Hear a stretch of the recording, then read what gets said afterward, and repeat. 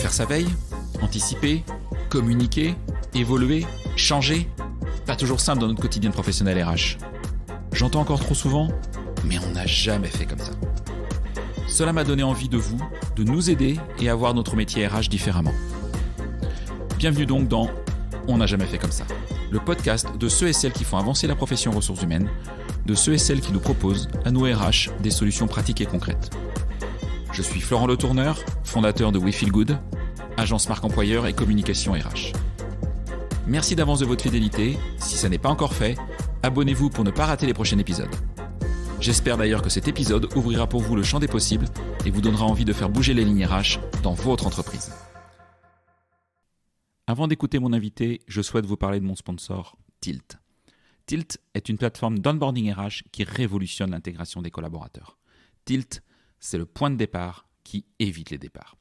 Vous le savez, un onboarding réussi est essentiel pour l'engagement et la rétention des collaborateurs. C'est l'occasion pour les nouveaux employés de se sentir à l'aise dans leur nouvelle entreprise et de se familiariser avec leur culture, leur mission et leurs collègues. Mais l'onboarding peut être une tâche complexe et chronophage pour nous, professionnels RH. Et c'est là qu'intervient Tilt. Tilt est une plateforme d'onboarding RH qui simplifie et automatise le processus d'intégration. Grâce à ses fonctionnalités avancées et personnalisables, Tilt offre une expérience d'intégration fluide qui permet aux nouveaux collaborateurs de se sentir rapidement à l'aise dans leur nouvelle entreprise. Tilt se distingue également par sa flexibilité. La plateforme s'adapte aux besoins spécifiques de chaque entreprise, quel que soit son secteur d'activité ou sa taille. Tilt est enfin une solution simple et intuitive à utiliser. Elle nous permet, professionnels RH, de nous concentrer sur les interactions humaines tout en assurant une intégration réussie des nouveaux collaborateurs. Bref, pour en savoir plus sur le Tilt, rendez-vous sur leur site web www.tilt.io. Tilt, T-E-E-L-T. Place maintenant à notre invité. Hello à toutes et à tous et bienvenue pour ce nouvel épisode de On n'a jamais fait comme ça. Aujourd'hui, je suis ravi d'être invité par Maxime Eduardo dans ses nouveaux locaux parisiens à République. Un grand merci Maxime pour ton invitation. Merci à toi. Alors Maxime, tu es le cofondateur et le CEO de Naboo. On va revenir sur qui est Naboo. A priori, ce que j'ai compris, c'est que vous permettez de réserver un séjour professionnel en équipe en moins d'1 minute. Sacrée promesse. Donc ça, on va en parler. Et vous avez un slogan, alors là que j'adore, que j'ai vu bien sûr sur votre site web, ce qui est « Partez en séjour, revenez en équipe ». Exactement, c'est notre promesse. Je ne sais pas si c'est toi qui l'a imaginé ou tes équipes ou si vous avez pris une agence, mais je l'ai trouvé hyper pertinent en tout cas. Écoute, je reconnais peu modestement que c'est moi qui ai trouvé ce slogan un jour où vraiment on était en peine, on n'arrivait pas, on avait pourtant pris une agence et on n'était jamais séduit de ce qu'on avait à l'époque. Et ouais, je suis très content. Je suis très content de ce slogan. Ça c'est chouette. On va y revenir. Avant toute chose, Maxime, qui es-tu et qu'est-ce que tu as fait avant de créer Naboo ? Alors, qui je suis ? J'ai 32 ans. Pour mon background rapide, je suis fils de 2 immigrés portugais qui avaient grandi dans l'Ain. Pour ceux qui connaissent pas l'Ain, c'est très proche de la Suisse, entre Lyon et Genève. Le Pays de Gex, tout ça. Ouais, exactement, juste à côté du Pays de Gex, tout à fait. Donc moi, un peu plus proche de Chambéry. Okay. J'ai grandi jusqu'à mes 18 ans là-bas. Je suis parti en prépa à Toulouse. Et ensuite, j'ai étudié à Supélec, qui est devenu Centrale Supélec entre-temps. Donc, plutôt ingénieur t'es plutôt à la ingé, base. Quoi. Ouais. À la base, plutôt. Alors, je reconnais que j'ai jamais été ingé dans les faits, ouais. Mais j'ai au moins le diplôme d'ingénieur. J'ai fait mon master ensuite aux États-Unis, à Columbia, à New York, où j'ai goûté un peu plus aux maths pour la finance. Et donc, je suis revenu à Paris en 2014 pour travailler chez Oliver Wyman, un cabinet de conseil en stratégie qui accompagne les organisations plutôt sur l'aspect finance. D'accord. Donc, j'ai commencé ma carrière comme ça. J'ai fait ça 3-4 ans. Après, j'ai pris la direction générale d'une PME dans le transport et la logistique, donc absolument rien à voir. Mais c'est énorme ce grand écart.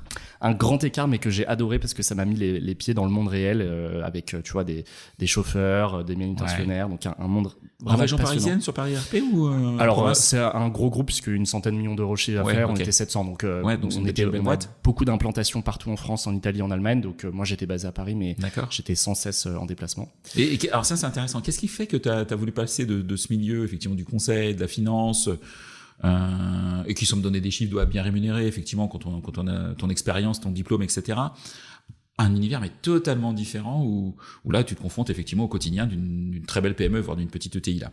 Ouais, vraiment, c'est ça en fait, c'est de quitter un monde où on est vraiment beaucoup dans l'intellect, dans la réflexion, dans la théorie, dans la méthode, à un monde où on est beaucoup plus dans l'application, les opérations, le pragmatisme, la confrontation à la vie réelle en fait. Et moi, j'ai adoré vraiment les interactions avec les humains, avec voilà une population qui est complètement différente, avec des syndicats. En fait, c'est vraiment cette confrontation au monde réel. J'ai quitté les grandes écoles, les gros cabinets de conseil pour me confronter au vrai monde en fait. Parce que tu aurais pu faire une très belle carrière dans ce milieu conseil, etc. Ouais, puis j'ai vraiment aimé. J'ai vraiment aimé mon début de carrière en conseil, mais j'ai eu envie de me confronter à autre chose. C'était vraiment de la curiosité, sortir de ma zone de confort, et ça a été une vraie sortie de zone de confort parce que ça a été très très dur. Surtout qu'il y a eu le Covid au milieu, et puis quand t'es logisticien pendant le Covid, c'est très compliqué. Oui, je vais bien croire, oui. Et donc j'ai fait ça 3 ans. Je reconnais que je suis ressorti avec d'immenses apprentissages, mais aussi assez fatigué de cette expérience-là. Surtout parce que j'étais beaucoup dans les transports et que du coup, si je regardais mon temps de travail sur une journée, il y en avait beaucoup trop qui étaient dans les trains et finalement ça a fini par me lasser aussi. Et puis j'ai appris 2 choses de cette expérience. 1, c'était pas mon entreprise. Ça m'a quand même pris 3 ans de m'en rendre compte. Et 2, j'avais envie d'aller sur un modèle. En fait, j'ai compris ce que ça voulait dire l'effet d'échelle. Parce qu'au final, quand tu es dans une entreprise de transport et de logistique, à chaque fois que tu veux rajouter 1 euro de chiffre d'affaires, tu dois rajouter un camion. Tu dois recruter un chauffeur.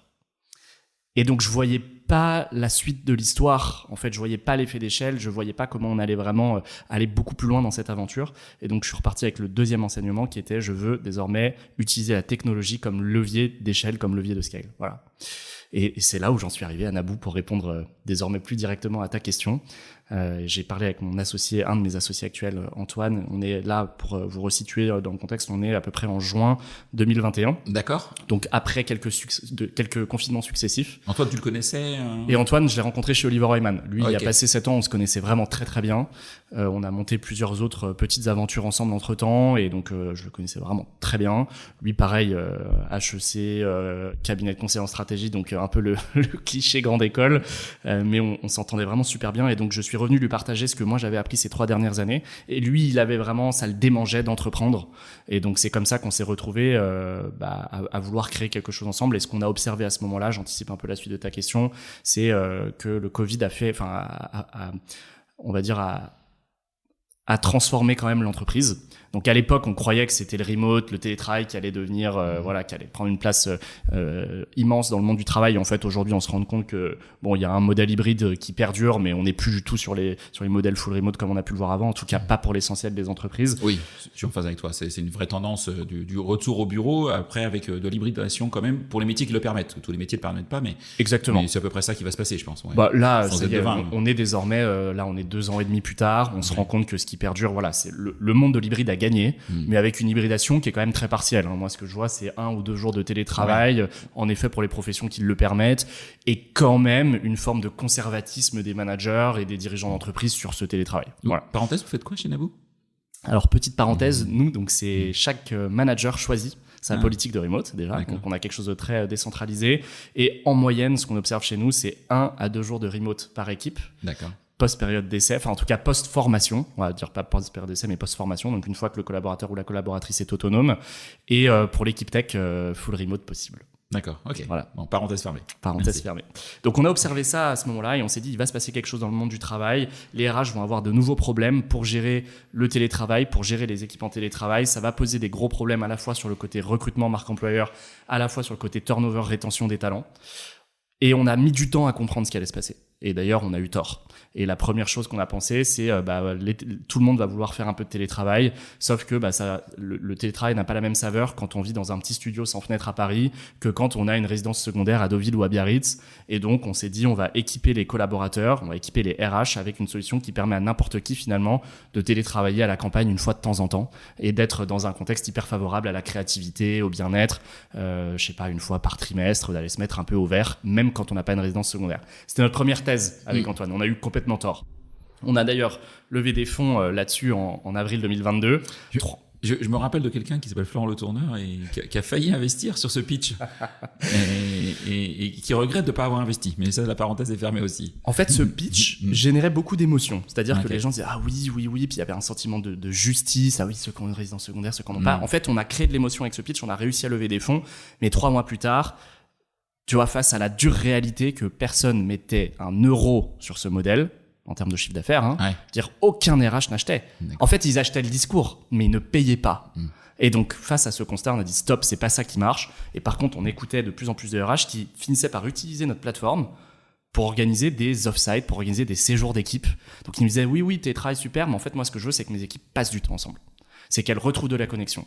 C'est qu'elles recréent du lien. C'est de résorber mon turnover parce qu'en fait, les gens trouvent moins de sens, parce qu'ils sont moins au bureau, parce qu'ils voient moins leurs collègues. Et en fait, on se rend compte qu'une marque employeur, c'est quand même avant tout la connexion avec les autres. Ok.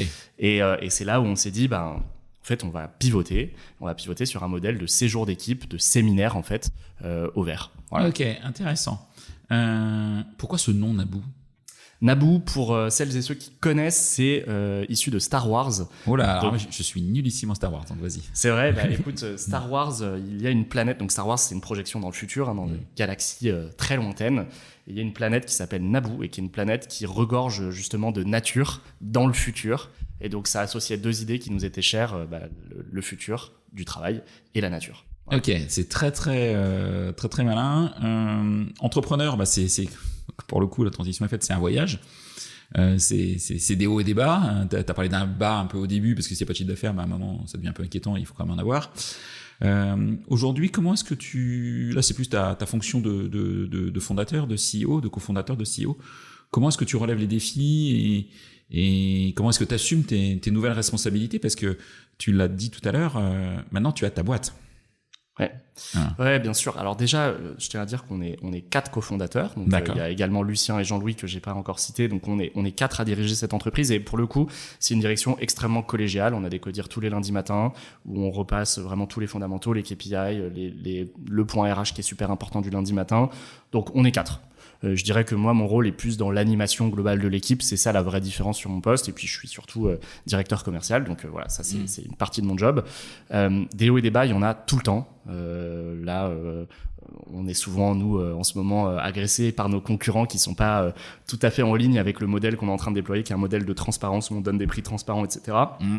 En fait, on le relève surtout en équipe. Et c'est très lié à notre culture où nous, on a une culture très forte de l'équipe et de la solidarité. Mais je pense qu'on va y revenir probablement un petit peu plus tard. Ouais, ça m'intéresse. Ça m'intéresse cette histoire de votre culture. Quel conseil tu pourrais donner aujourd'hui? Toi, je vais rembobiner ma question, mais les personnes auxquelles tu t'adresses, ça peut être des RH. C'est peut-être pas que des RH d'ailleurs, avec qui tu échanges. Mais quel conseil tu donnerais aujourd'hui à une personne qui voudrait lancer sa boîte dans ce monde des ressources humaines? Toi qui fréquentes des RH maintenant un peu plus qu'auparavant. Le conseil que je donnerais, c'est celui que je me suis pas appliqué à moi-même, c'est beaucoup plus d'écoute des enjeux des uns et des autres. C'est-à-dire que moi, j'ai oublié d'écouter les RH quand j'ai lancé ma boîte il y a 2 ans maintenant. C'est ce qui nous a fait faire quelques pivots successifs, c'est que j'étais convaincu par mes propres idées, mais j'ai oublié d'écouter celles des RH. Et en fait, on se rend compte que les RH sont extrêmement connectés au terrain, bien plus que n'importe quel dirigeant de l'entreprise. Et en fait, les écouter, c'est bien mieux comprendre ce qui se passe dans le cœur du réacteur. Et donc, moi, j'ai beaucoup manqué d'écoute et je pense que si aujourd'hui je montais une entreprise dans le monde des RH, je passerais beaucoup de temps à interviewer des RH. Bon, la difficulté là-dedans, c'est que les RH, c'est aussi, je pense, maintenant, la fonction de direction la plus sollicitée dans une entreprise. Donc, c'est très difficile de rentrer en contact avec les RH. C'est difficile, ouais, effectivement, aujourd'hui. Et du coup, c'est très difficile de vendre à des RH parce qu'ils sont et elles sont sursollicités. Mais quand même, je passerais beaucoup d'énergie à aller à la rencontre des RH, et pas que des directeurs ou des directrices RH, mais également des personnes de leur équipe, que ce soit des office managers, des talent acquisition specialists, bref, il y en a un paquet, parce qu'ils connaissent les talents, ils connaissent les enjeux. Et ces enjeux-là bougent vite. Ouais, ça bouge très très vite. On pourra parler des tendances 2024 sur, en particulier le séminaire d'entreprise. Moi, ça m'intéresse énormément. Justement, alors si on zoome un peu sur Naboo, on fera une deuxième partie un peu plus sur la culture de Naboo. Aujourd'hui, l'offre, c'est partez en séjour, revenez en équipe. D'accord? Au-delà que ce slogan, il me kiffe. C'est quoi votre promesse? En fait, qu'est-ce que vous proposez à vos clients? Et comment est-ce que vous fonctionnez pour en plus un petit peu gratter vos concurrents? Alors en fait, déjà, ce qu'on a observé en termes de transformation, c'est qu'avant, les séminaires, c'était surtout des événements organisés à l'échelle de l'entreprise, donc avec quelqu'un qui est dédié à l'organisation du séminaire. Bien souvent, c'était des départs dans des destinations les plus exotiques possibles pour faire profiter les collaboratrices et les collaborateurs. Donc, sur un catamaran à Marrakech, en Croatie, en Espagne. Bref, c'était surtout des destinations exotiques avec toute l'entreprise. Et en fait, entre-temps, il y a eu le Covid. Il y a eu une grosse prise de conscience écologique où on a envie de partir beaucoup plus proche, beaucoup moins loin du bureau. Et il y a eu cette maille de l'équipe qui est devenue primordiale dans l'entreprise. C'est vraiment devenu le maillon le plus fort et le plus important de l'entreprise suite à l'essor du monde hybride. Et donc, en fait, aujourd'hui, les séminaires, c'est plus toute l'entreprise à Marrakech, c'est toutes les équipes partent et beaucoup plus proche du bureau. Nous, on voit plus de 50% aujourd'hui des séminaires, c'est à moins de 2 heures du bureau. D'accord. Donc, c'est une transformation qui est radicale. Et donc, le persona qui organise des séminaires, c'est plus le même. C'est plus l'event manager, c'est plus la direction de la communication, c'est le manager, en fait. C'est le manager lui-même. En fait, ce qu'on voit, c'est que les RH ont dit, il y a besoin d'aller renforcer le team building, il y a besoin de mettre des rituels d'équipe, il y a besoin de mettre en place des choses pour renforcer la culture, la cohésion. Et c'est à vous, manager, à votre maille, que vous devez gérer ça. Donc, on vous donne un budget, c'est à vous de mettre en place les bons rituels, les bons événements avec vos équipes. Et donc, en fait, c'est la charge du manager de faire ça aujourd'hui. Et donc, nous, notre persona, qu'on a en face de nous plus de 50% du temps, c'est le manager directement. Ok. Et donc, c'est là où nous, on a une solution qui est complètement différente, c'est qu'on a voulu créer une solution complètement clé en main, extrêmement simple, quelle que soit la personne qu'on a en face de nous. Ça n'est pas des assistants ou des assistantes de direction, ça n'est pas des event managers, ce sont n'importe quelle personne dans une entreprise qui a besoin d'organiser son événement d'entreprise. Et donc, notre solution, elle est simple, extrêmement digitalisée, tout est digitalisé. Et notre vraie différence, c'est qu'on fait de la réservation instantanée, en all inclusive, de ton séminaire. En clair, chez nous, tu réserves non seulement le lieu, mais également toute la partie restauration, toute la partie activité et même ton transport. C'est tout en un. Ah oui. Et en réservation instantanée, là où le monde entier de l'événementiel fonctionne sur devis. Oui. Et donc, quand tu es manager, tu n'as pas envie de faire des pour 25 demandes de devis. Tu as plein de devis à faire, faut coordonner tout ça. Enfin, tu passes un temps mais assez c'est l'horreur. important. Ouais, c'est l'horreur. Et le manager, il a autre chose à faire. Oui, surtout le manager, c'est pas son job. Et donc, il y a deux types de managers. Il y a celui qui va déléguer, donc ça va retomber sur quelqu'un de l'équipe qui ne veut pas le faire non plus. Ou le manager va se dire, je vais le faire sur mon magic time, c'est-à-dire le soir et le week-end. Et donc, on a énormément d'ailleurs de demandes le soir et le week-end, ce qui est assez marrant. Et en fait, nous, notre solution, vraiment en 1 minute top chrono, s'il veut, il repart avec son séminaire clé en main. Et c'est pas une offre packagée, on lui vend pas un package. On a juste mis sur des étagères toutes les solutions dont il a besoin. Et un peu comme s'il était sur Amazon, il choisit son domaine, il le met dans son panier. Il choisit son traiteur, il le met dans son panier. Son activité, son bus ou son taxi, il met dans son panier. Une seule facture, un seul paiement, un seul interlocuteur, terminé. Tout passe par Naboo en fait. Tout passe par Naboo. C'est Naboo qui me facture. Exactement. Après vous débrouillez avec c'est les une seule prestataires, facture, même s'il y a 25 prestataires impliqués. Ça, c'est votre tu problème. auras une seule facture, un seul interlocuteur. Ok. Voilà. Ok. Donc c'est ça notre vraie valeur ajoutée. Et en là, plus, pour le coup, c'est très clair. Et en plus de ça, notre collection, elle est ouverte et elle correspond exactement à ce que veulent aujourd'hui les entreprises, les équipes et les collaboratrices et collaborateurs. C'est très proche du bureau, accessible en transport en commun, pas de complexité logistique, surtout pas d'avion. Et on veut consommer local. Et donc nous, on a passé quand même, et on continue d'y passer beaucoup de temps à agréger une offre extrêmement locale. C'est-à-dire que vous n'allez pas trouver des chaînes hôtelières sur notre plateforme. Okay. Vous allez trouver des petits domaines de charme indépendants. Les traiteurs, ça va être que du circuit court. Des choses qu'on pourrait trouver sur Airbnb, honnêtement. Moi, ce que j'ai fait, par exemple, pour trouver des belles maisons, j'en ai trouvé sur Airbnb. Ouais. Mais ça me prend un temps pas possible. Mais ça prend du temps. Ah oui. Et nous, on les audite, on les certifie, on s'assure qu'il y a un super Wi-Fi, que vous êtes dans des bonnes conditions de travail. On s'occupe de gérer toute la partie logistique qui va avec. Enfin, voilà. En fait, c'est du clé en main avec une offre très locale et très authentique. Ok. Voilà. Vous êtes basé à Paris, enfin tes équipes sont à Paris. Tout le monde est à Paris, donc sauf notre équipe tech qui est full remote, donc on a un gros pôle à Montpellier. Je sais pas pourquoi, ils se sont tous mis là-bas. Mais oui, on est une grosse cinquantaine et on est basé là à République. Et j'imagine que tu as commencé, et c'est naturel, par des clients qui sont plutôt parisiens, qui cherchaient, on va dire, à 2 heures de Paris.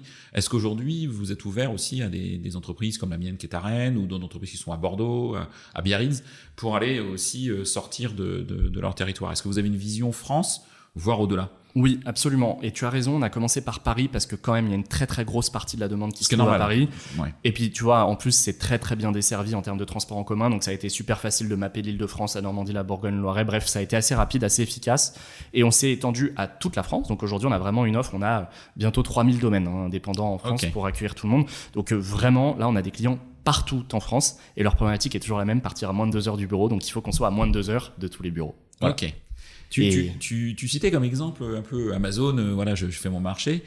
Sauf que quand je suis sur Amazon, moi, j'ai pas d'être humain derrière pour m'aider, j'ai même pas de chat, enfin, j'ai rien, quoi. C'est débrouille-toi. Bon, après, c'est plutôt bien foutu, mais débrouille-toi.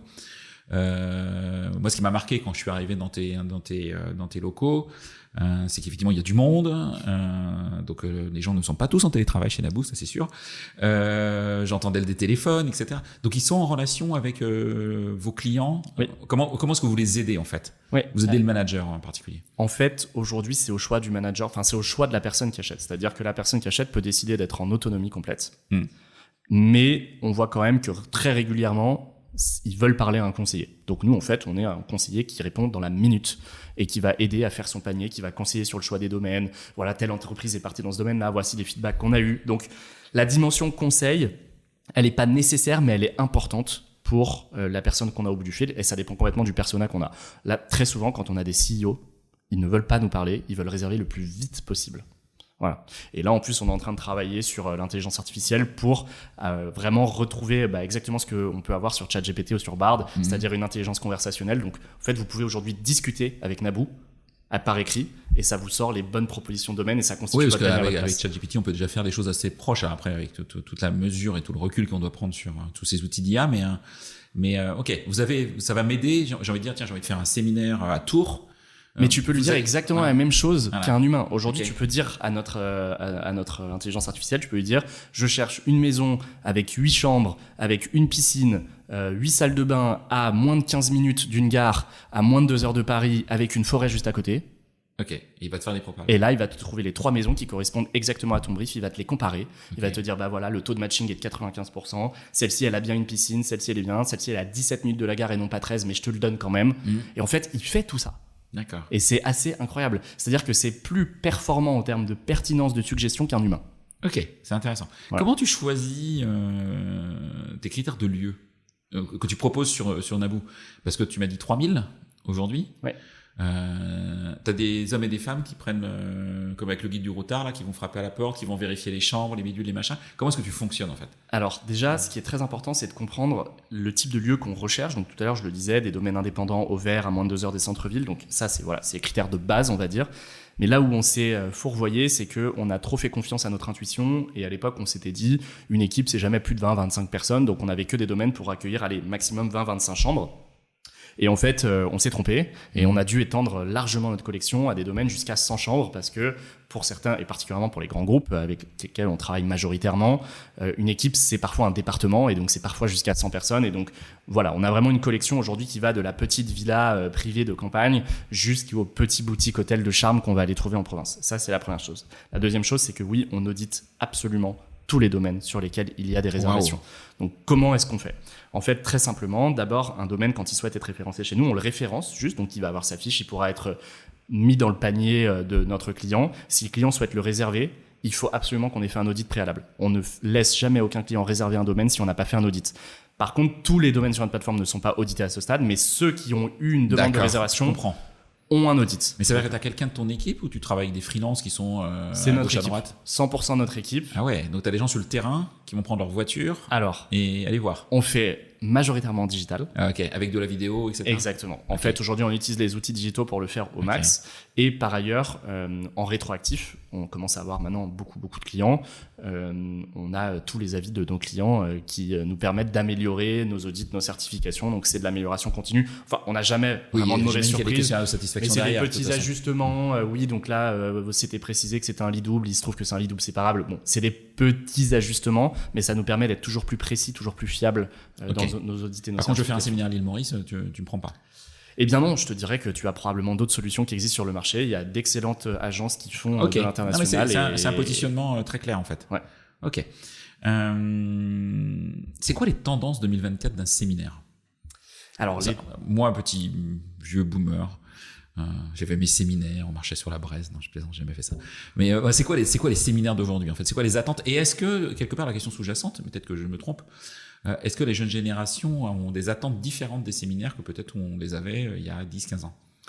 Écoute, il y a eu je fais un petit rebond d'actu. Il y a eu un article qui a été publié dans Les Échos la semaine dernière sur la perception des jeunes.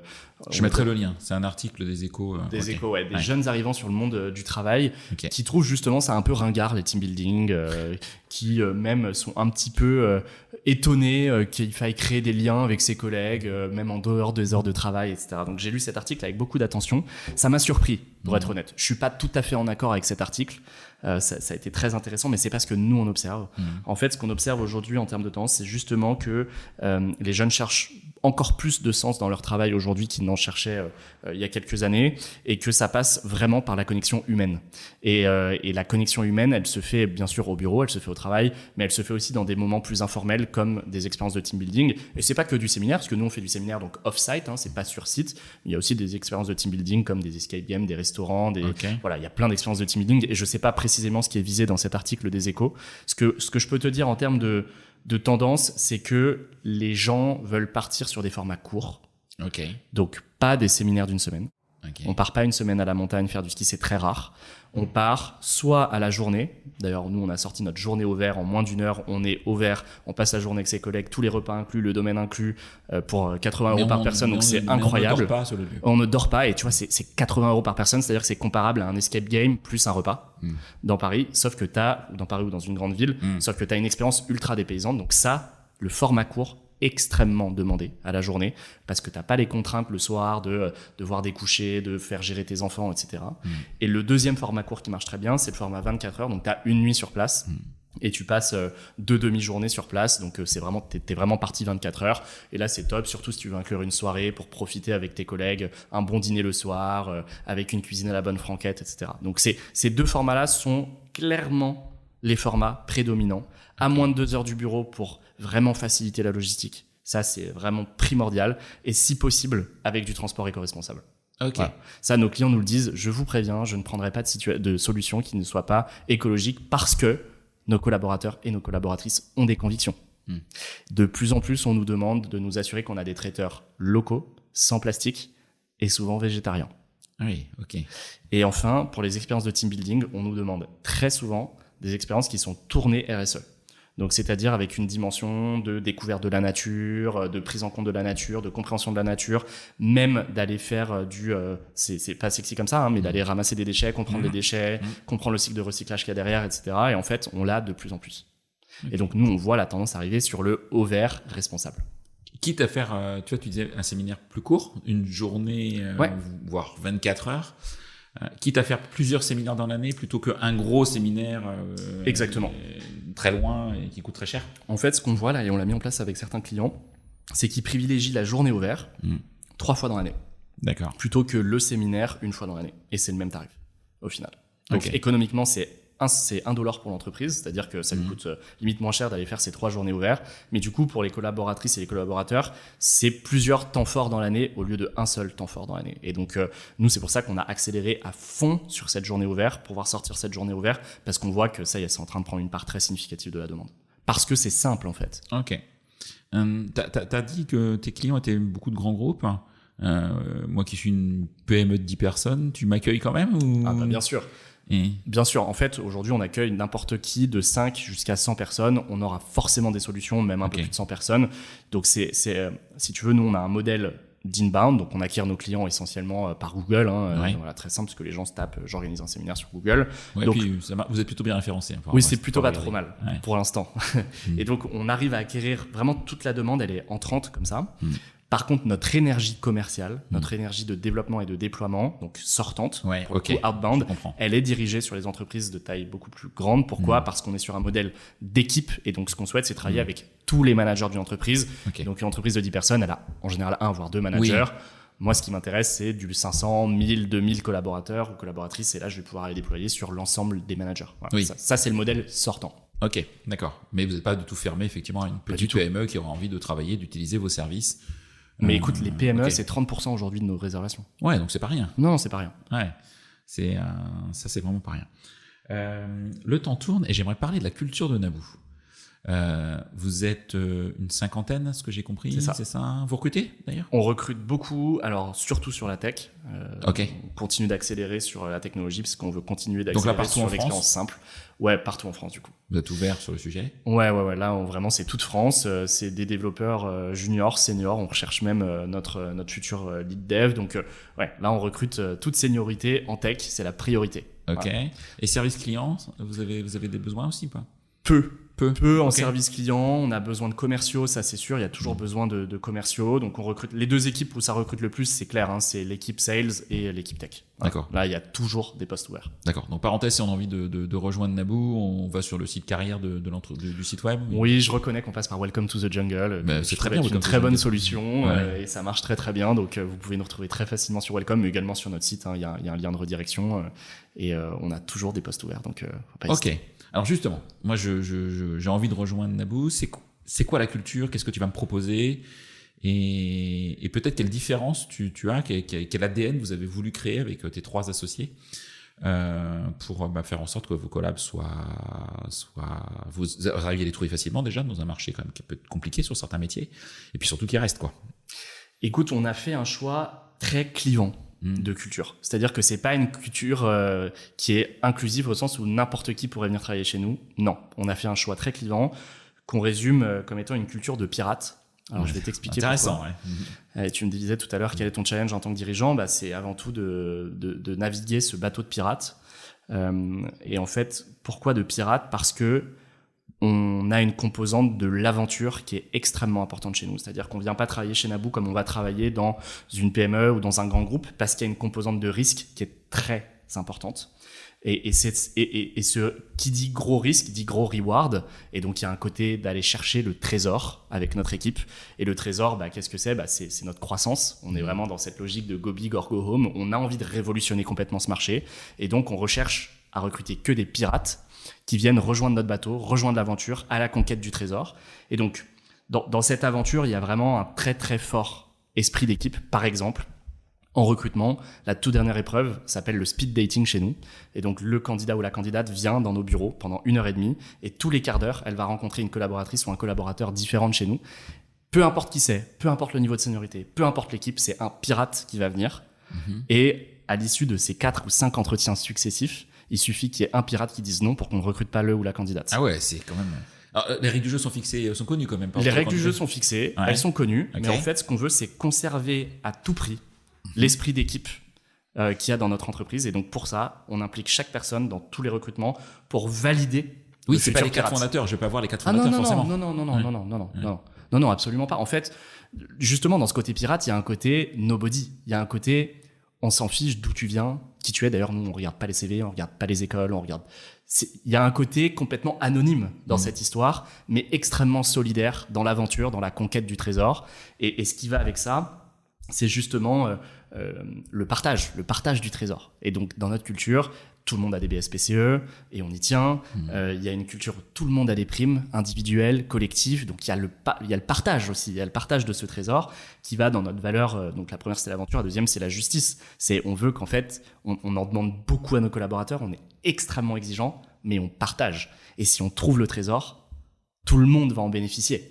Et donc, on était parti en étant un inconnu, on est personne et on revient avec le trésor qu'on a ramené de notre grosse aventure. Et la dernière chose qui est fondamentale dans notre culture, c'est la construction.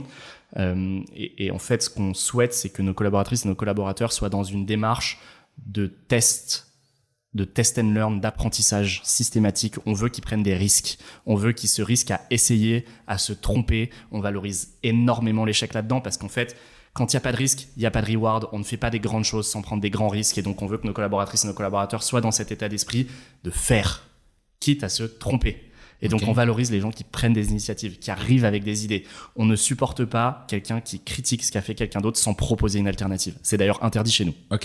On n'a pas le droit de dire « j'aime pas ». Ça, c'est un no-way, quoi. Non, mais en fait, c'est juste interdit chez nous. On ne peut pas dire « j'aime pas ». On peut dire « voilà ce que j'aurais fait ». Mais on n'a pas le droit de dire « j'aime pas » parce que c'est trop facile. Ce qui est difficile dans une entreprise, mais même dans la vie, c'est toujours le 0 to 1. C'est la première pierre à l'édifice. C'est celle-là qui est dure. C'est trop facile de critiquer. Ça, c'est extrêmement simple. Nous, on refuse ça. On se refuse à cette médiocrité-là. Ce qu'on souhaite, c'est des gens qui créent, qui prennent le risque, qui y vont. Et les autres ne peuvent que rajouter une pierre en plus. Pas taper sur la pierre qui a été posée. Okay. Voilà. Donc c'est une culture qui du coup est exigeante et clivante. Tout le monde ne peut pas venir travailler chez nous. Okay. C'est une ambiance particulière. Vraiment, c'est très exigeant. Et du coup, tout le monde l'est parce qu'il y a cette culture de pirate. On ne veut surtout pas qu'il y ait un pirate qui vienne dans le bateau qui ne va pas ramer dans le même sens que les autres. On l'accepte pas. Ça vous est déjà arrivé forcément? Ah bah, j'imagine. Bien sûr. Bah, y a un peu de turnover chez nous. Ouais. Ah bah, écoute, c'est très clair. C'est assumé. Mais c'est totalement assumé et je sais que c'est clivant. Tout le monde le sait. Les périodes d'essai chez nous sont des vraies périodes d'essai. C'est un vrai essai. Et dans les deux sens. C'est-à-dire que nous, on veut que le collaboratrice ou la collaborateur qui vienne soit certain ou certaine de s'acclimater à ce bateau pirate. Parce que c'est une ambiance particulière, c'est une culture particulière. Il y a énormément de fun, énormément de temps de team building, mais de 9h à 18h sur le temps de travail, c'est exigeant. C'est exigeant. La contrepartie, c'est que c'est solidaire et qu'il y a énormément de rewards. Mais on vient pas chez Naboo comme on irait dans n'importe quelle entreprise, ça c'est sûr. Ok. T'as parlé de formation tout à l'heure. À l'intégration, enfin surtout la partie onboarding, j'imagine qui dure quelques semaines, hein, c'est pas une journée l'onboarding. Enfin, voilà, un petit message aux boîtes qui des fois font des intégrations qui durent une journée. Qu'est-ce que je vais découvrir en fait quand je suis un nouvel embauché, un nouveau pirate? Écoute, en tant que nouveau pirate, tu vas avoir tout un parcours d'intégration qui va être mené conjointement par notre nouvelle fonction RH, puisqu'on a recruté une office manager récemment. Qui nous aide justement dans là vous créez la fonction RH. Là on crée la fonction RH et on attaque, donc on a un directeur financier donc qui va pour l'instant superviser toute la partie RH parce qu'il y a la partie administration du personnel bon qui incombe à la fonction RH, mais quand je parle de fonction RH c'est plus la partie learning, développement, talent management, carrière, entretien, bref toute cette partie là, onboarding. Là tu vas heurter un point sensible pour moi, c'est pour moi la fonction RH elle doit pas être attachée au DAF. Mais ça, c'est un bon débat que j'ai, t'inquiète. Mais ça, en fait, c'est des convictions de RH. Hein. Non, mais en fait, là, moi, c'est même pas une conviction que j'ai. C'est juste purement, là, organisationnellement parlant. Demain, en grandissant, peut-être que ce sera différent. Exactement. En fait, là, on est juste sur un moment, 50 personnes. C'est un poil trop tôt pour avoir un ou une directrice RH. Ouais, j'entends. Donc, on commence par une fonction qui est très stratégique, mais un peu moins senior, qui est l'office manager, qui va venir nous accompagner sur cette fonction-là avec un renfort externe, avec du DRH à temps partagé au début. Ouais, ok. Parce qu'on est hyper conscient aussi, malheureusement, de nos coûts. Hein, bien sûr. Il faut qu'on fasse très attention. Et il y avait un besoin beaucoup plus urgent sur la partie direction financière parce qu'on fait quand même un gros chiffre d'affaires maintenant. Oui, puis vous avez des achats forcément fournisseurs, etc., qui sont importants. Exactement. Donc, il y a des gros enjeux économiques. Importants, Voilà. Donc en fait, purement pour la partie administration du personnel, on l'a logé dans la partie direction financière et donc on l'a rattaché à la partie stratégique. Mais je sais que c'est totalement temporaire. C'est pour ça que j'ai pas de conviction forte du tout là-dessus. C'était purement on va dire tactique là au moment où on fait les recrutements. Bon, j'ai envie de te titiller, Max. Mais ça évoluera. Mais je suis assez d'accord. C'est pour ça que j'ai pas de conviction inverse. Et donc le parcours d'onboarding, c'est un mix entre justement la fonction RH et la fonction métier. Quand t'arrives, t'as un buddy, donc t'as quelqu'un de ton équipe qui va venir, qui va t'expliquer le langage qu'on utilise, les mots qu'on utilise, les temps forts, quand est-ce qu'on déjeune, où est-ce qu'on déjeune. Le buddy, c'est pas le manager. Non, pas du tout. C'est quelqu'un qui a rien à voir en fait. Qui est même pas forcément dans la même équipe. Donc on a un buddy qui est complètement indépendant et puis bien sûr le manager a un très gros rôle à jouer sur toute la formation métier. La formation elle est 100% partagée en ligne, elle est sur Notion. Vraiment la personne a tout à sa disposition. Enfin voilà, le parcours d'onboarding chez nous en général il dure donc une semaine sur les formalités. Donc c'est vraiment sur la partie formelle, formation, découverte des outils, etc. Puis après, le buddy l'accompagne sur une durée beaucoup plus longue, sur rencontrer tout le monde dans l'entreprise, découvrir les rituels. Voilà. Donc ça, c'est un petit peu plus long. Et il y a quelque chose qui est aussi très caractéristique de notre onboarding, c'est que avant que les candidates et les candidats nous rejoignent, on les fait toujours venir avant à un événement informel d'entreprise, avant de rentrer formellement dans l'entreprise. Donc tous les mois, par exemple, on a ce qu'on appelle la Naboom, qui est notre soirée d'entreprise. J'adore la Naboom. C'est tous les derniers jeudis du mois où notamment tous les full remote reviennent. Et donc à chaque fois qu'il y a un recruté ou une recrutée, on le fait venir à la Naboom précédente. Donc comme ça, on rencontre les gens beaucoup plus informellement au début. Ça permet le jour où on arrive de pas avoir ce petit stress, cette petite boule au ventre de qui on va découvrir, qui on va rencontrer, comment ça se passe, qu'est-ce que je vais faire. Voilà, on désacralise le truc avec la Naboom. Ça, c'est top. Enfin, moi, je crois beaucoup à tous ces événements, effectivement, de pré-boarding, ce qu'on appelle le pré-boarding, pendant la fameuse période un peu grise où tu as démissionné puis t'es pas encore arrivé chez ton nouvel employeur. Et j'ai eu le plaisir d'interviewer il y a quelques épisodes Geoffrey Chapuis, le boss de Woobi. Je sais pas si tu connais Woobi, qui est vraiment une super solution de pré-boarding, onboarding, re-onboarding, offboarding, enfin voilà, qui gère tout de A à Z et qui est vraiment, pour moi, la meilleure solution que j'ai pu voir aujourd'hui. Mais en tout cas, à regarder tranquillement, quoi. Voilà, donc. Avec plaisir. Ça c'est chouette. En termes de culture aussi, tu parlais de manager. Je peux évoluer dans mes responsabilités. Tes managers aujourd'hui, tu les as recrutés en fait, ou c'est plutôt des gens que tu avais recrutés avant qui sont devenus managers? Je te remercie de me tendre la perche là-dessus parce que j'ai une certaine fierté à dire que aujourd'hui nos premiers collaboratrices et collaborateurs qu'on a recrutés il y a 2 ans sont quasiment tous là à des fonctions managériales chez nous. Donc ils ont évolué, enfin ils ont tous évolué en fait, et il y a des fonctions managériales. Par exemple, si je prends mon équipe, l'équipe sales, j'ai un manager que j'ai recruté en externe qui est absolument génial, et j'ai mon deuxième manager qui est issu de la promotion interne et qui est tout aussi génial, tout à fait différent, mais je tiens à montrer. Mais c'est pas juste des cadeaux qu'on leur a fait, c'est juste qu'ils ont été excellents. C'est pour ça qu'ils sont managers aujourd'hui. Mais je suis heureux de montrer qu'on évolue chez Naboo et ça continuera d'évoluer comme ça. Par exemple, là, on a figé notre nouvelle grille de salaire qui est 100% transparente. Tout le monde connaît les salaires de tout le monde, les mécanismes de bonus de tout le monde. Et pour passer d'une étape à une autre, c'est formaliser ce qu'il faut réussir à démontrer dans l'entreprise. Donc en fait, on a objectivé et systématisé absolument tout. Il n'y a pas de négociation parallèle sur les salaires, sur les évolutions. Les temps d'évolution sont les mêmes pour tout le monde. C'est pas la tête du client en fonction des négos absolument pas. Du temps passé à la machine à café avec Maxime, quoi. Écoute, on y a passé un temps gigantesque sur cette grille de salaire et les conditions d'évolution au sein des grades ou entre les grades.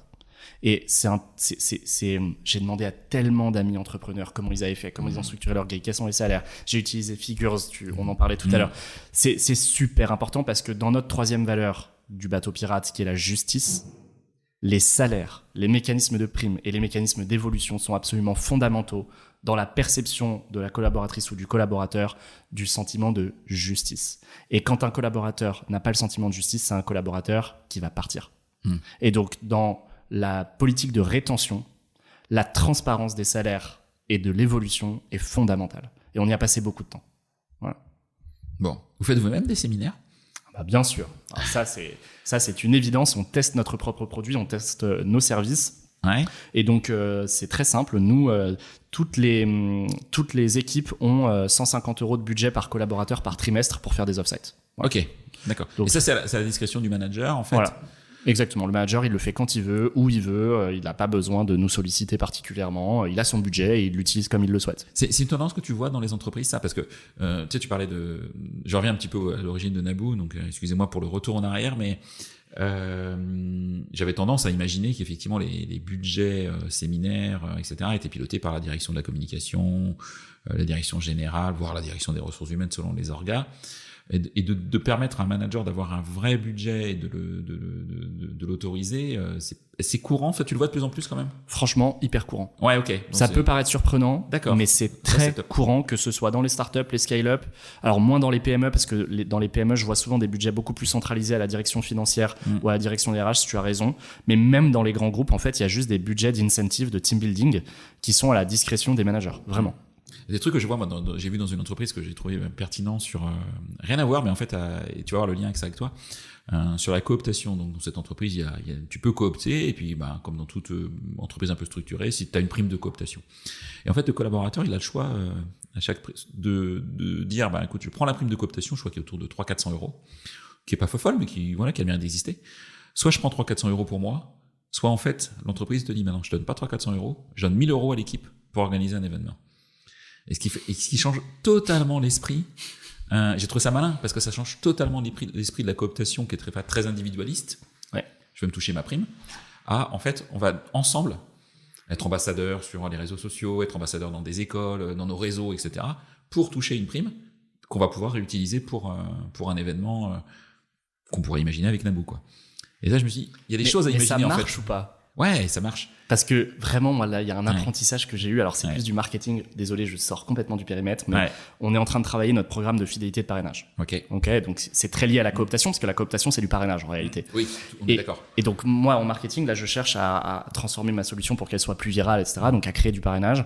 Et à chaque fois qu'on a donné des incentives collectifs, ça a foiré. C'est-à-dire que quand on disait à des clients ou des clientes, bah écoute, t'auras une réduction de 200 € sur ton prochain séminaire ou t'auras une réduction de 500 €. Tu peux, si jamais tu nous ramènes un manager qui fait un séminaire, ça lui offre 500 € pour son séminaire, machin. Mais c'est alors, vrai, tu fais zéro, zéro pointé. Et en fait, les seules initiatives qui marchent, c'est quand juste on incentive directement la personne. C'est-à-dire qu'on lui dit, bah, t'as 300 € à faire valoir dans un hôtel de la région. Tu vois, ou je te donne une carte Fnac de 200 balles pour ton week-end perso. Mais en fait, on n'arrive pas. Mais d'ailleurs, s'il y a des auditrices ou des auditeurs qui m'écoutent et qui arrivent à trouver un programme de fidélité en B2B qui fonctionne et qui soit basé sur des incentives plus collectifs, je suis extrêmement preneur de la discussion. Je n'y arrive pas. Et de toute façon, la fonction RH, elle a immensément de similitudes avec la fonction marketing, parce que la fonction RH, c'est finalement du marketing à destination des collaboratrices et des collaborateurs à l'intérieur de l'entreprise et à l'extérieur de l'entreprise. Donc, il y a beaucoup de similitudes. Voilà. Et donc, du coup, si on peut craquer ce truc ensemble, voilà, ça m'intéresse. Donc, c'est un petit message que je passe. Une bouteille à la mer. Non, mais voilà. En tout cas, il y a des manières de voir les choses différentes aujourd'hui qui, je pense, peuvent faire avancer le schmilblick.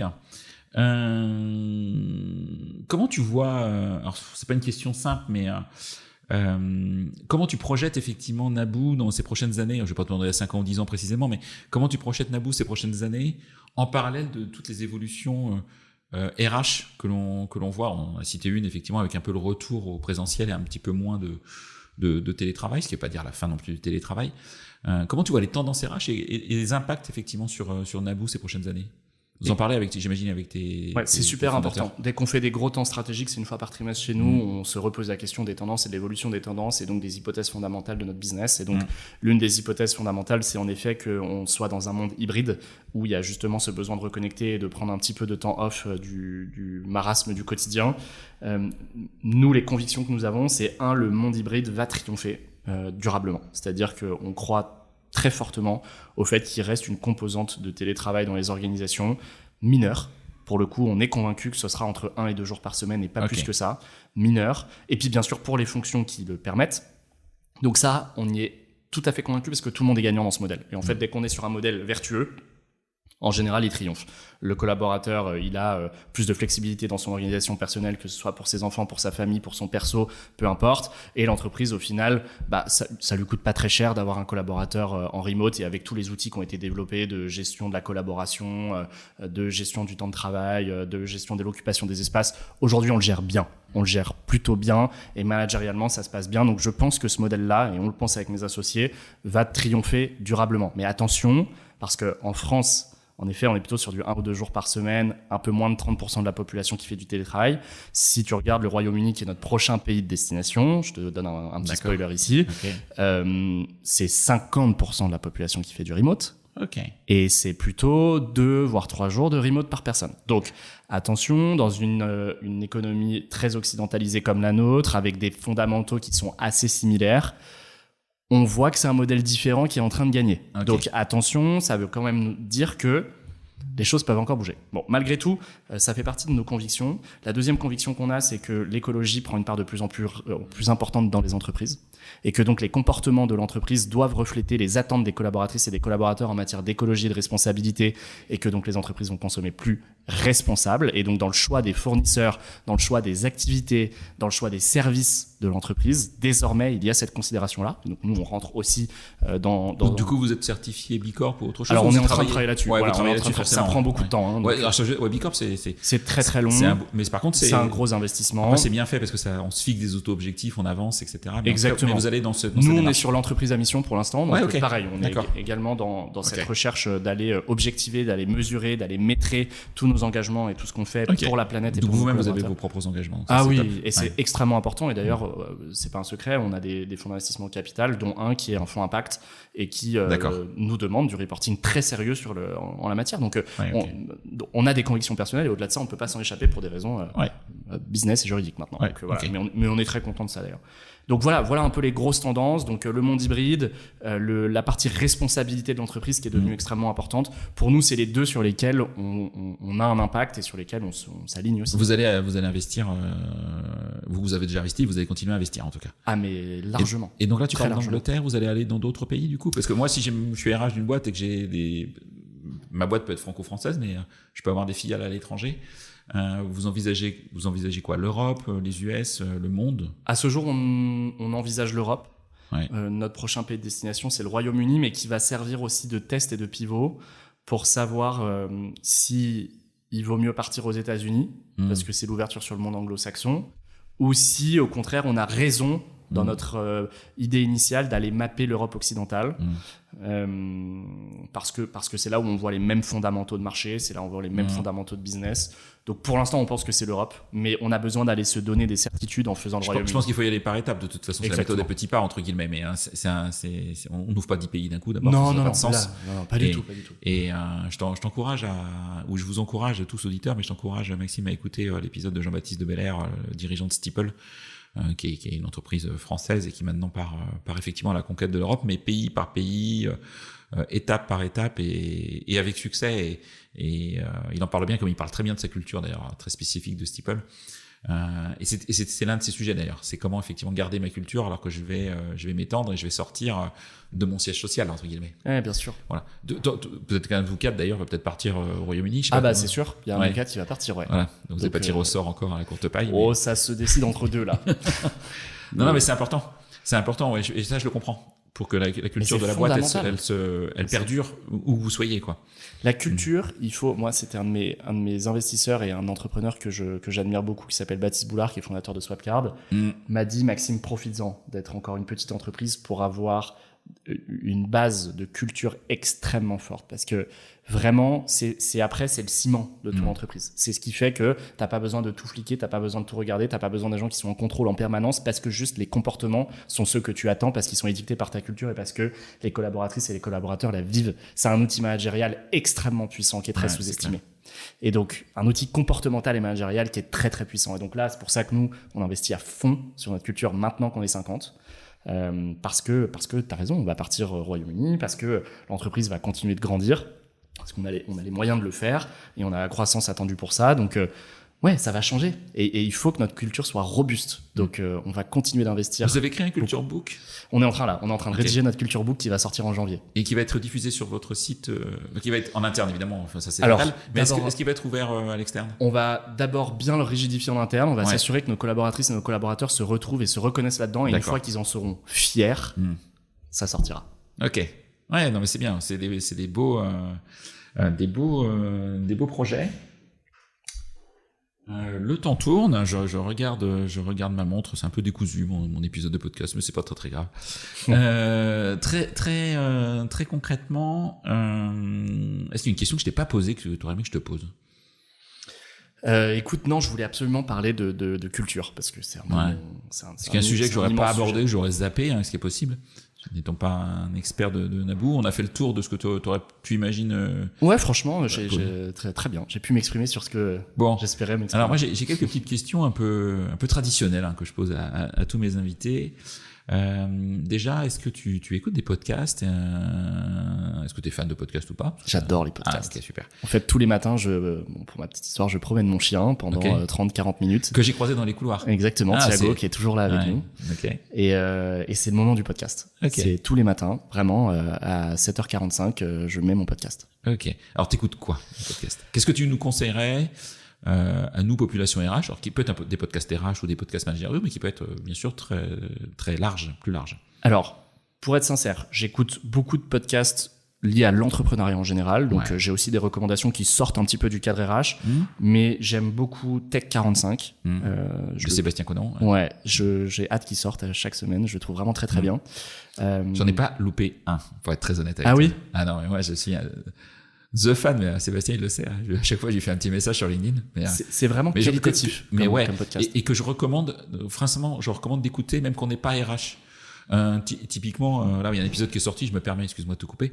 Un épisode qui est sorti avec le dirigeant d'Open Classroom, entreprise qui a très très fortement grandi et qui a dû faire un plan social et qui explique comment effectivement il est passé jusqu'à 500, ce qui est énorme, à 350, en le faisant, en respectant la loi française, pas juste en faisant le bourrin, pour le faire. Mais c'est hyper riche. Donc effectivement, quand on n'est pas RH, moi je conseille d'écouter aussi Tech 45 parce qu'on apprend énormément de choses. Ouais, il y a beaucoup d'enseignements en fait. C'est très riche, c'est très fort d'apprendre des autres. Moi, c'est pour ça que j'adore les podcasts, parce qu'on se nourrit de l'expérience de quelqu'un en quelques minutes et ça, je trouve ça fabuleux. Un deuxième que j'aime bien Start to Scale, qui est plus orienté autour des enjeux commerciaux des startups et des scale-up. Mais du coup, c'est très important pour les RH parce que le scale de l'équipe commerciale est un enjeu fondamental dans une entreprise qui est en très forte croissance. Donc là, c'est vrai que c'est adressé à des entreprises plutôt en très forte croissance, mais vous le voyez en tant qu'RH, c'est dur de recruter des commerciaux, c'est dur de fidéliser des commerciaux, c'est dur d'avoir le mécanisme de prime qui satisfasse des commerciaux, et donc il y a des vrais enjeux sur cette fonction et qui sont plutôt bien abordés, je trouve, dans Start to Scale. Et après, je vais pas tous les citer, mais j'en écoute beaucoup autour du monde du venture capital parce qu'on est une boîte qui est financée par des fonds. C'est important que je comprennent bien leur métier. Donc, ce qui est logique, compréhensible par rapport à ton rôle. Exactement. Au sein de Naboo. Est-ce qu'il y a des personnes que tu me conseillerais d'interviewer sur ce podcast, soit effectivement comme toi, des dirigeants, des dirigeantes de solutions RH, qu'elles soient tech ou qu'elles soient plus servicielles, ou même des professionnels RH en exercice que tu trouves inspirants, qui te font réfléchir en tout cas. Écoute, alors marrant parce que pas dans le monde RH, je t'aurais recommandé justement Baptiste Boulard de Swapyard parce que lui, la culture qu'il a faite de cette entreprise, je la trouve extraordinaire. Vraiment, je pense que c'est le plus gros. J'ai pas assez creusé, mais tu vois, c'est intéressant. Il faut que je creuse. Regarde, parce que l'actif de son entreprise, c'est beaucoup sa culture. Et c'est une boîte qui est pour le coup en full remote. Donc c'est très intéressant d'aller comprendre comment ils travaillent et comment ils ont réussi à faire quelque chose d'aussi solide. J'aime beaucoup Maxime Cousin de Osol. Osol, c'est, tu sais, des boîtiers qui fonctionnent à l'énergie solaire pour charger ton ordinateur, ton portable, etc. Pour éviter tous les câbles partout dans les bureaux, pour pouvoir travailler un peu n'importe où dans tes bureaux, pouvoir te déplacer sans avoir des câbles en permanence. Et donc c'est une solution qui s'adresse au workplace et également au RH et que je trouve vraiment génial. Et j'adore sa vision de l'entrepreneuriat et du monde RH. Je le trouve vraiment très smart. Merci pour ces deux contacts. Ça c'est plutôt intéressant, Maxime. Si besoin, comment nos auditeurs peuvent te contacter? Est-ce que t'es dispo? Est-ce que Je suis très LinkedIn, moi. C'est très LinkedIn. Ouais, c'est mon seul réseau social d'ailleurs, et je suis très LinkedIn. En général, je réponds, sauf si c'est trop commercial et que c'est automatisé. Là, j'ai tendance, j'ai le blocage assez facile, j'en reconnais. J'ai mis un petit message automatique, moi. Moi, j'ai vu, Aux incités commerciales, je suis pas sûr que je te réponde, honnêtement. Si c'est vraiment intéressant, je le ferai.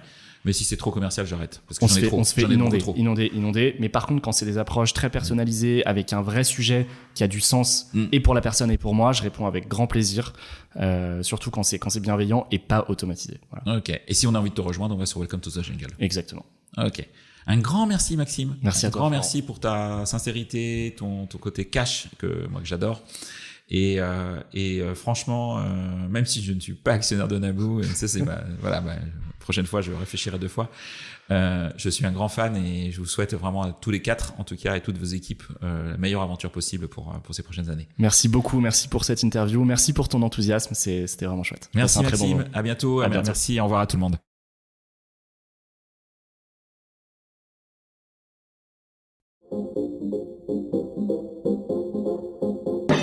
C'est terminé pour ce bel épisode. Merci de l'avoir suivi en entier. Pour ne pas rater le prochain, d'ailleurs je prépare plein de chouettes entretiens pour ces prochaines semaines, abonnez-vous à On n'a jamais fait comme ça. C'est le bouton Suivre sur Apple Podcast ou s'abonner simplement sur Spotify. N'hésitez pas également à mettre 5 étoiles si vous avez apprécié ce podcast et à me contacter via LinkedIn pour tout commentaire ou toute suggestion d'invité. À bientôt.